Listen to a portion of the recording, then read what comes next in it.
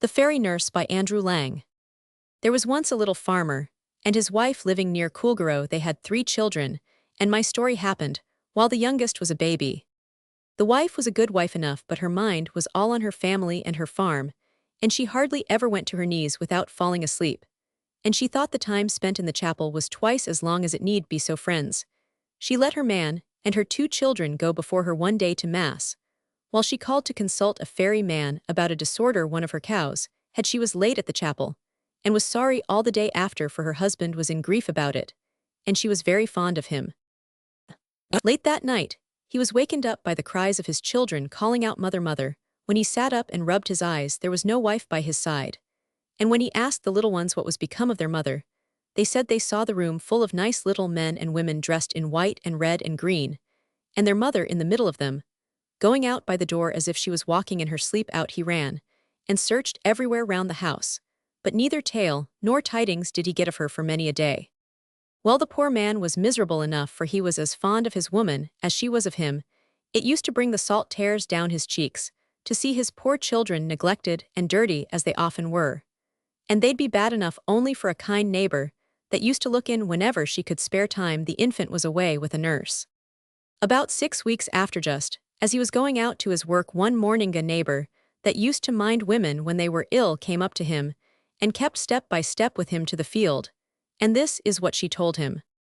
"Just as I was falling asleep last night, I heard a horse's tramp on the grass and a knock at the door, and there, when I came out, was a fine-looking dark man mounted on a black horse, and he told me to get ready in all haste, for a lady was in great want of me. As soon as I put on my cloak and things, he took me by the hand, and I was sitting behind him before I felt myself stirring. 'Where are we going, sir?' says Roman. 'One you'll soon know,' says he, and he drew his fingers across my eyes, and not a ray could I see. I kept a tight grip of him, and I little knew whether he was going backwards or forwards, or how long we were about it, till my hand was taken again, and I felt the ground under me. The fingers went the other way across my eyes, and there we were before a castle door. And in we went through a big hall and great rooms, all painted in fine green colors, with red and gold bands and ornaments, and the finest carpets and chairs and tables, and window curtains, and grand ladies and gentlemen walking about. At last, we came to a bedroom with a beautiful lady in bed, with a fine bouncing boy beside her. The lady clapped her hands, and in came the dark man and kissed her and the baby, and praised me, and gave me a bottle of green ointment to rub the child all over. Well, the child I rubbed sure enough, but my right eye began to smart, and I put up my finger and gave it a rub, and then stared, for never in all my life was I so frightened. The beautiful room was a big rough cave, with water oozing over the edges of the stones and through the clay, and the lady and the lord and the child weazened povertibit and creaturess nothing but skin and bone, and the rich dresses were old rags. I didn't let on that I found any difference. And after a bit, says the dark man, "Go before me to the hall door, and I will be with you in a few moments, and see you safe home." Well, just as I turned into the outside cave, who should I see watching near the door but poor Molly. She looked round all terrified, and says she to me in a whisper, "I am brought here to nurse the child of the king and queen of the fairies, but there is one chance of saving me. All the court will pass the cross near Templechambeau next Friday night on a visit to the fairies of Old Ross. If John can catch me by the hand or cloak when I ride by, and has courage not to let go his grip, I'll be safe. Here's the king, don't open your mouth to answer." I saw what happened with the ointment. The dark man didn't once cast his eye towards Molly, and he seemed to have no suspicion of me. When we came out, I looked about me, and where do you think we were but in the dyke of the Rath of Cromog? I was on the horse again, which was nothing but a big ragweed, and I was in dread every minute it'd fall off, but nothing happened, till I found myself in my own cabin. The king slipped 5 guineas into my hand as soon as I was on the ground, and thanked me and bade me good night. I hope I'll never see his face again. I got into bed, and couldn't sleep for a long time, and when I examined my 5 guineas this morning, that I left in the table drawer, the last thing I found 5 withered leaves of oak. Bad luck to the giver. Well, you may all think the fright, and the joy, and the grief the poor man was in.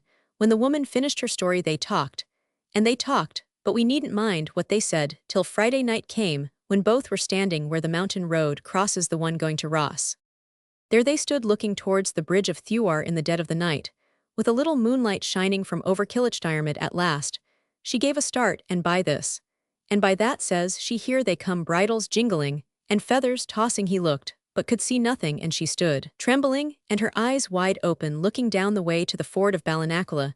I see your wife, says she, riding on the outside, just so as to rub against us. Well, walk on quietly as if we suspected nothing, and when we are passing ill, give you a shove. If you don't do your duty, then woe be with you. Well, they walked on easy, and the poor hearts beating in both their breasts, and though he could see nothing, he heard a faint jingle and trampling and rustling. And at last, he got the push that she promised. He spread out his arms, and there was his wife's waist within them, and he could see her plain, but such a hullabaloo rose as if there was an earthquake, and he found himself surrounded by horrible-looking things roaring at him, and striving to pull his wife away, but he made the sign of the cross and bid them begone in God's name, and held his wife as if it was iron. His arms were made of bedad in one moment. Everything was as silent as the grave, and the poor woman lying in a faint in the arms of her husband, and her good neighbor, well, all in good time. She was minding her family and her business again, and ill go bail after the fright she got. She spent more time on her knees, and avoided fairy men all the days of the week, and particularly on Sunday. It is hard to have anything to do with the good people, without getting a mark from them. My brave nurse didn't escape no more than another. She was one Thursday at the market of Enniscorthy, when what did she see walking among the tubs of butter?